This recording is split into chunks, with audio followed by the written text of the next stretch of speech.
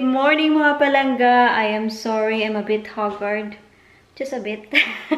Kayo naman maka-judge. Haggard agad. Ito lang talaga yung morning face ko. Papasensyahan. Well, actually, 11 o'clock na dito. Paka 11 pa lang. Nag-edit ako ng vlogs. And nagbasa ulit ako ng mga articles.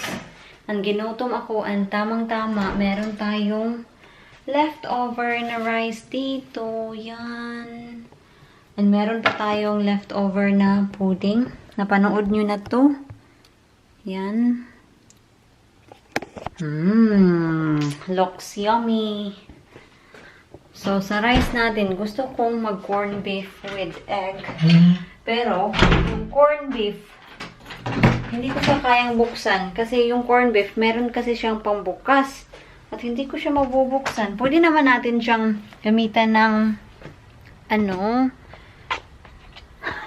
nakalimutan ng isara yung pintuan. Pwede naman natin siyang gamitan ng can opener. Pero mas mabuti talaga na gamitin natin to. Dinisign nga na may pang-open na para gamitin. Hello, girls! Hello! Hi, mister. I need your help. I cannot open it. You haven't even tried. I did. How? I mean, how? Darling, can you not say, just use this common sense? I did. I'm so sorry. Are you hungry? Phoebe? Darling, when you take the key off, Huh? when you take the key off, Yeah? put the key to the outside, not to the inside like that. How can you turn it? Yes, this way, and then look at which way it goes. Okay. I think it goes that way, doesn't it? I don't know. Well, you put it on like that. Yeah? You turn it, grip it, right, and you can see it works. Thank you. And it's so simple. A child could do this. Sorry. Come on, you're better than that. I know you're better than that because I see the things that you do. I know. Well, why didn't you just? It's hard. It is hard, darling. Thank you. Very simple. Are you wearing gloves? Yeah. Are you sure now? I'm operating. Well, Yeah. You're No, operating again. this is what happens is, right, that, I was just putting my stripes on, and I just went like that to smooth it. A bit of galvanise, off. Yeah, be careful, please. I'm done with him now, anyway. Okay. So I've done trail anyway. Tingnan niyo si Pipa and si Phoebe. Si Pipa, na-excite dito. Naaamoy niya yung naaamoy niya yung corned beef. Is it smell good, Pipa? Do you know what's nice? Is What? corned beef fritters. What's fritters? You How do you make it? butter, Yeah? dip it in butter, Huh? and deep fry it. Okay. Would you like some? Oh, not now, but Okay, I'll make. they're really good. Okay, I'll make a corned beef Fritter. fritters. Yeah. Okay. Bye. Thank you. Thank you. So, kanina pala, nung inattempt ko siyang i-open, mali pala. It's a wrong way pala. Kaya, hindi siya na-open. So, i-research natin kung ano yung corned beef fritter. Kasi hindi ko din alam eh. Kasi hindi ko to uubusin. Hindi ko siya lalagyan lahat ng egg. Kasi, si Mr. kasi hindi niya bet yung corned beef na nilalagyan ng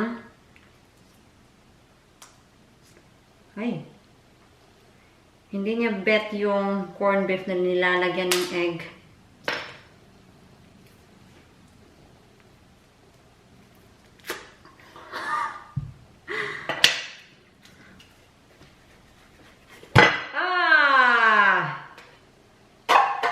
There you go. So, kukunin ko lang yung phone ko and magtitingin tayo sa online kung ano yung corned beef fritter. So, ito na. I got my phone with me. Corned beef fritters.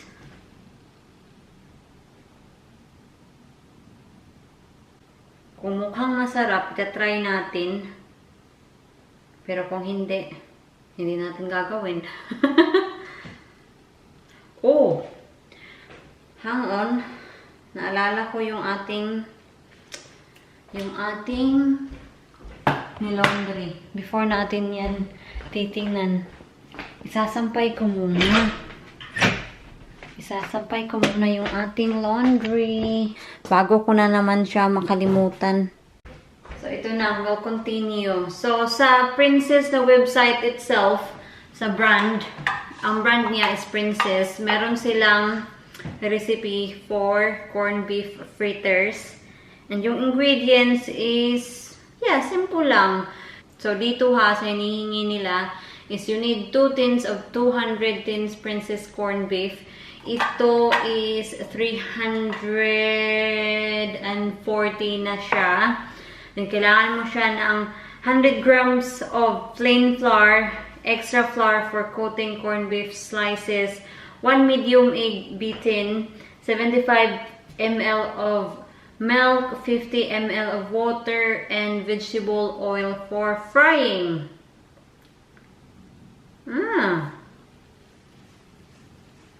Gutom na ako. But for Mr's sake, so gagawa tayo to keep him happy. I will put the link in the description down below. So if you would like to check, go ahead and check it. Kasi hindi ko na siya i-step by step kasi yun na nga. Sobrang gutom ko na. And sabi dito, make a will and add the egg and beat it gently. Okay. Pack your bags. I got a one-way ticket to explore the world.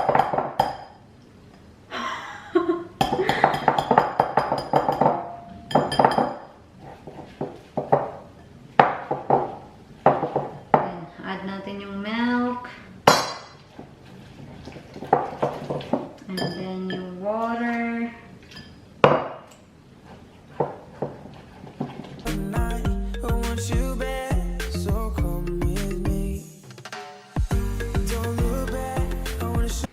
Hihiwain ko siya. Depende na sa inyo yun kung gaano ka-thick yung... Depende. So, hihiwain natin siya mga palangga. Depende na yun sa inyo kung gaano ka-thick yung gusto niyo.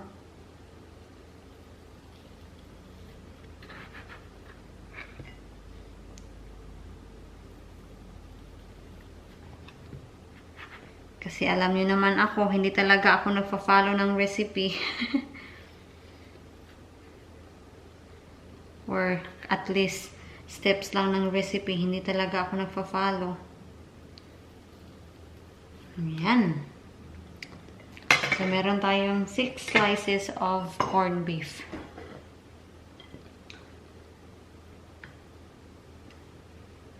Ipiprito ko na lang sila lahat. Pwede ko naman tong ulamin. At dito mga palangga, nagpapainit na ako ng mantika. And meron tayong flour dito. Nakikita niyo ba?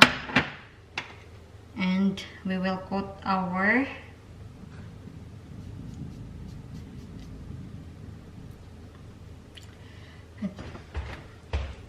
at meron tayong flour dito.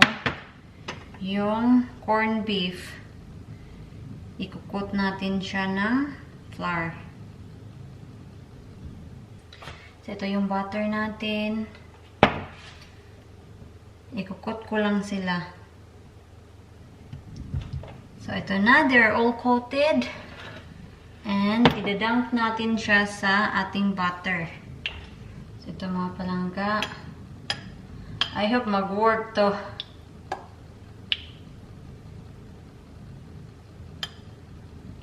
Are you ready?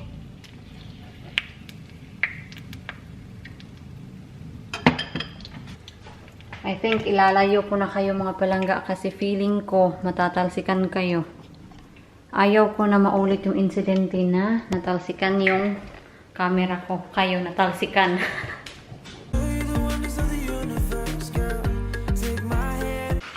What do you think?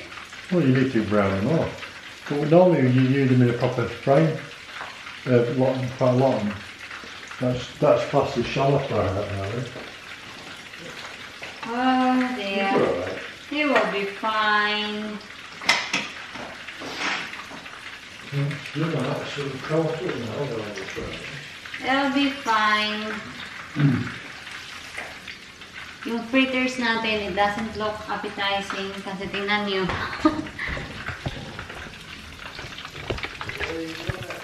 Yan. Well, it's another thing to learn.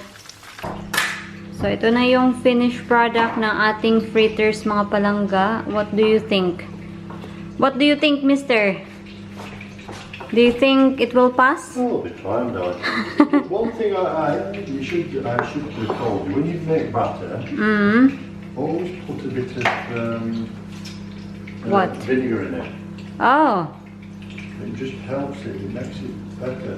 okay. Next time. Just a few, half a teaspoon, then how much you make, but just Okay. a few drops or Well.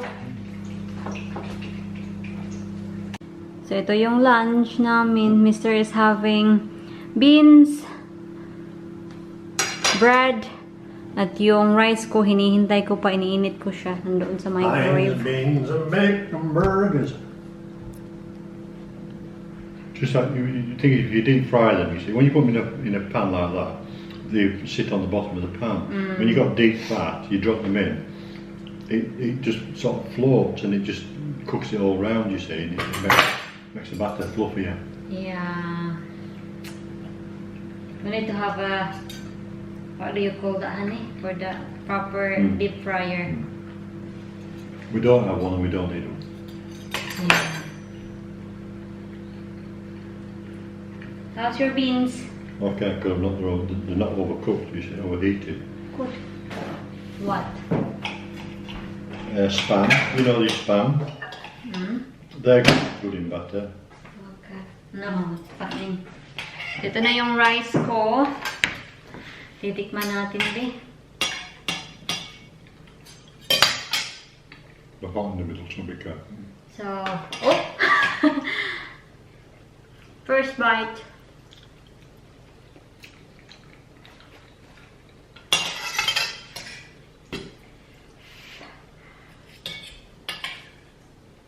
Yung idea ko na mag-iitlog tayo at magko-corn beef, nawala na.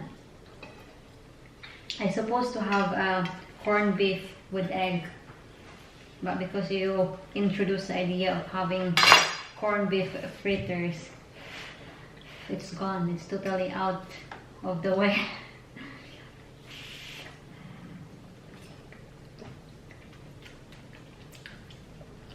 Are you waving now? It's hot. You don't need the salt in your butter because the corned beef itself is so salty. Oh, you don't put salt in batter. Huh? Just a bit of vinegar. So, si Jan, tapos na siyang kumain and he's having a cold custard. Are you sure? Yeah. Because look. There's a... It's bouncing. It's bouncing, alright. It's very set. Ah, alright. So, kumakain pa din ako and itong natira, we'll give this to the girls. How is it? Is it good? Tastes like cold custard. Mag-i-insert ako ng vlog dito, mga palangga. Yung vlog is para siyang continuation sa vlog today. Yung vlog na napanood niyo ngayon.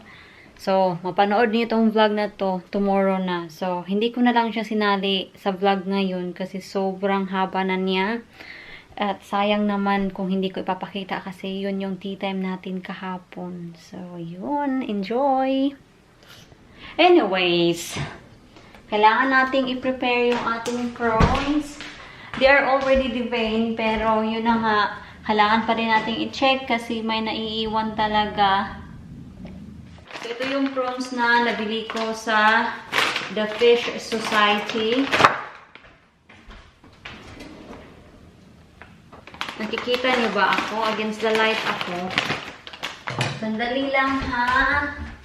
Hugasan muna natin siya.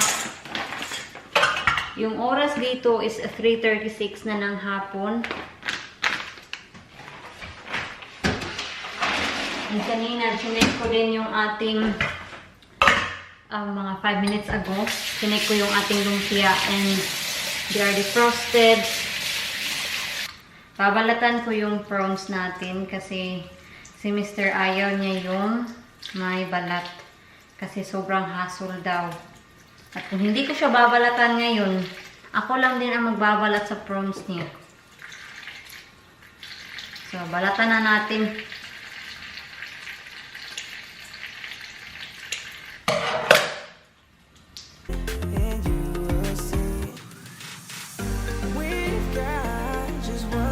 In fairness naman sa prawns natin, most of them, they are clean and no veins left in them.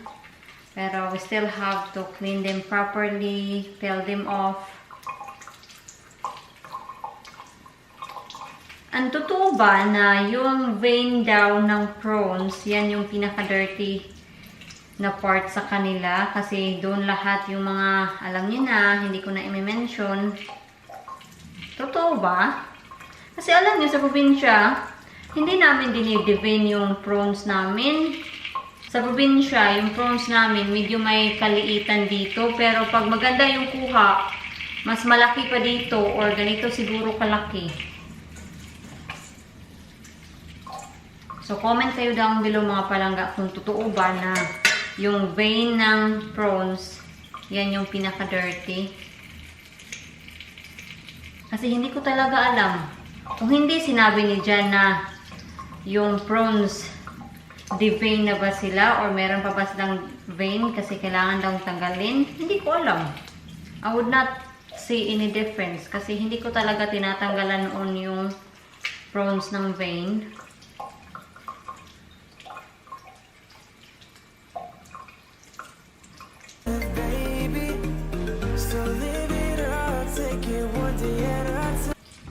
Yeah, we're done. We're done peeling our prawns. So, kailangan natin mag-chop ng garlic. So, anyway, wala, tumubo yung garlic. Gagalawin ko ba siya or itatanim ko? Itatanim natin kasi meron na tayong sibuyas na pula sa garden natin. And we don't have garlic. Okay, I'll keep this. I'll keep this para tumubo. Nilagay ko siya sa windowsill natin. Kuha na lang tayo ng ibang garlic. So, pagpasensyahan na talaga mga palangga, ha? Yung vlog natin parang walang kwenta na talaga.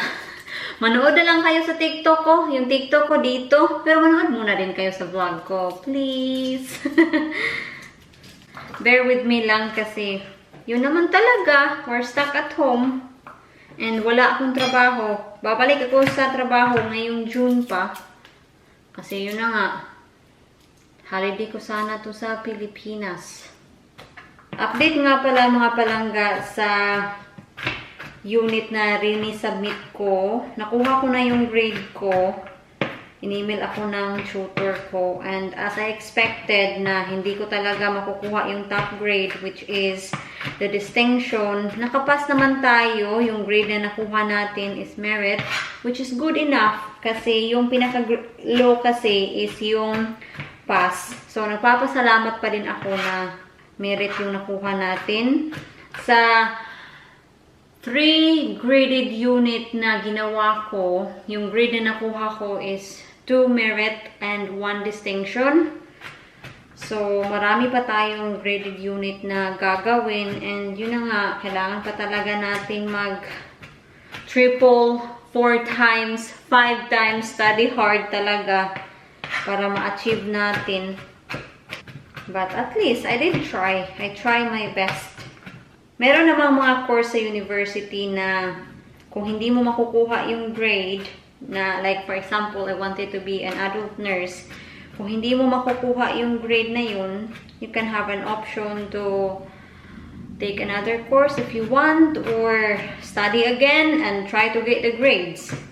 So it's up to me. Pero as much as possible, I want to get the grade Kasi ayaw ko na magsimula ulit mga palangga. Kasi, you know, time is precious. Hindi ako bumabata.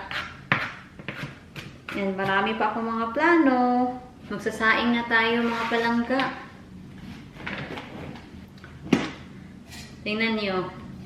Eh, meron na tayong sukatan. I'm so proud of myself kasi hindi talaga ako gumagamit ng sukatan, pero some of you were saying na it's better you use a measuring cup. And yes, I have. This is not a measuring cup, but I found this. And we never use this because this one is one of the equipment sa food processor natin, which is bihira ko lang ginagamit. And ito, we will make use of it. Why not naman, di ba? So, dalawang ito yung isasaing natin. Then, alam nyo ba, yung rhubarb natin, ang dami na naman yung stock. Happy ako, pero yun na nga. Pag gumagawa ako ng pudding, ay ang gaining weight. So, sabi ni Mr. na, nagpaparinig siya. Sabi niya, our rhubarb is getting bushy again, sabi niya. So, sabi ko, okay. Yun lang yung reply ko sa kanya. Kasi alam ko, yung ibig sabihin niya. Bibigyan natin ulit si mother-in-law pag nakapunta tayo sa kanila. Punta kayo dito mga palangga. Bibigyan talaga kayo ng mga rhubarb. Kung ano-ano pa yung mga tinanim natin. Punta kayo pag harvest natin. Sus nako. I will be very surprised and shocked if one day you are all outside waiting sa harvest time natin. Which I know it won't happen. Some of you were saying I should cut the dead stem. So here I am. I'm doing it right now.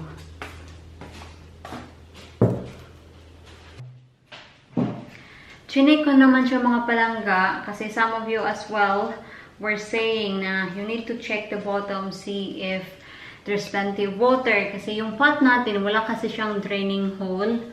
Pero wala naman at wala namang excess water. So I just don't know what I have done. So, kakat lang natin, ha?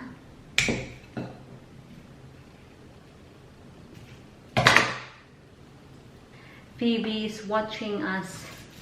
When I go outside, she's always hiding or being shy. But pag nandito ako sa kitchen, palagi niya akong tinitingnan. Hindi tulad ni Pipa. Pag nasa labas ako, si Pipa, she is all over me. Pag nandito ako sa kitchen, wala. Ewan ko kung nasaan si Pipa. Our orchids doesn't look like an orchids anymore. It is just a plant. Hala, nabiblink na naman kayo ay. Alam nyo, bumili ako ng 3 pirated na battery para sa camera ko. At first, nag-work siya. And then now, hindi ko na siya magagamit kasi nag-i-stop na siya. Hindi talaga siya nagre-record kasi it's dangerous daw sa camera. So, ayun. Hindi ko na siya nagamit. Sayang. So, yun na. Balik ko lang to sa windowsill natin. Pakita ko lang sa inyo yung bisita natin. Hello, darling. Darling Phoebe. Ano man ang ibibigay ko sa kanila? Kasi naubusan na kasi tayo ng dental stick. Yung treat nila. Wala akong maibigay sa kanila mga palangga.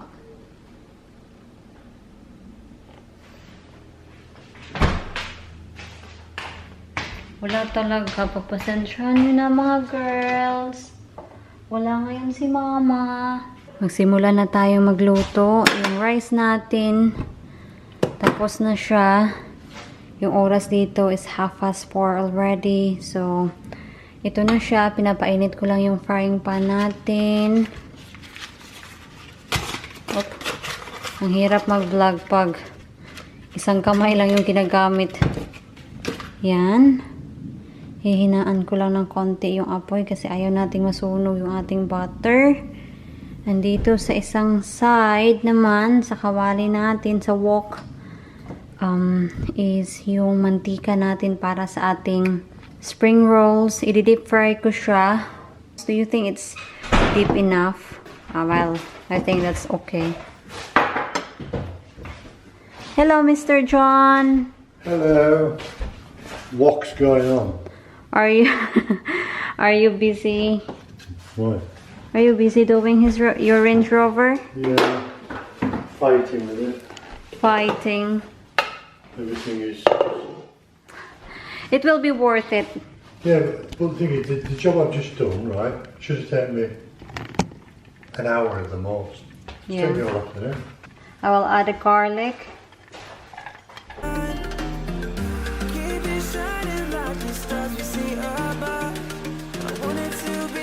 Lalagyan ko lang siya ng salt kasi naghihintay tayo sa ating garlic na mag-produce ng aroma. Ilalagay ko na to.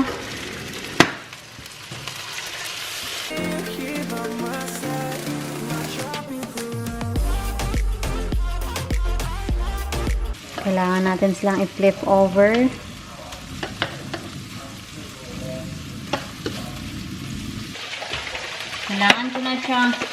Kailangan ko nang mag-add ng lemon juice. Yan, tansya-tansya. Mag-add din ako ng parsley. There you go. Titikman ko lang. See if okay na ba yung lasa.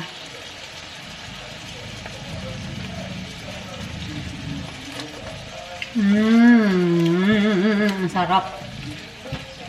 Yan na.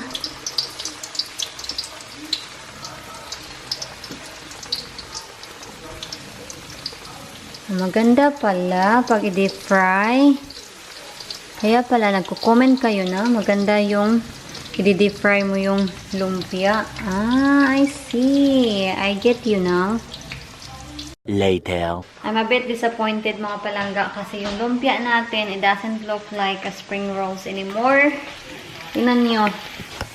Transfer ko siya dito kasi I think yung oil na nilagay natin sa wok, hindi siya enough. So, dumikit siya sa wok natin and ito na. Tingnan nyo. I don't know. It's a fail. At least we tried. Sensyahan na talaga itong lumpia natin.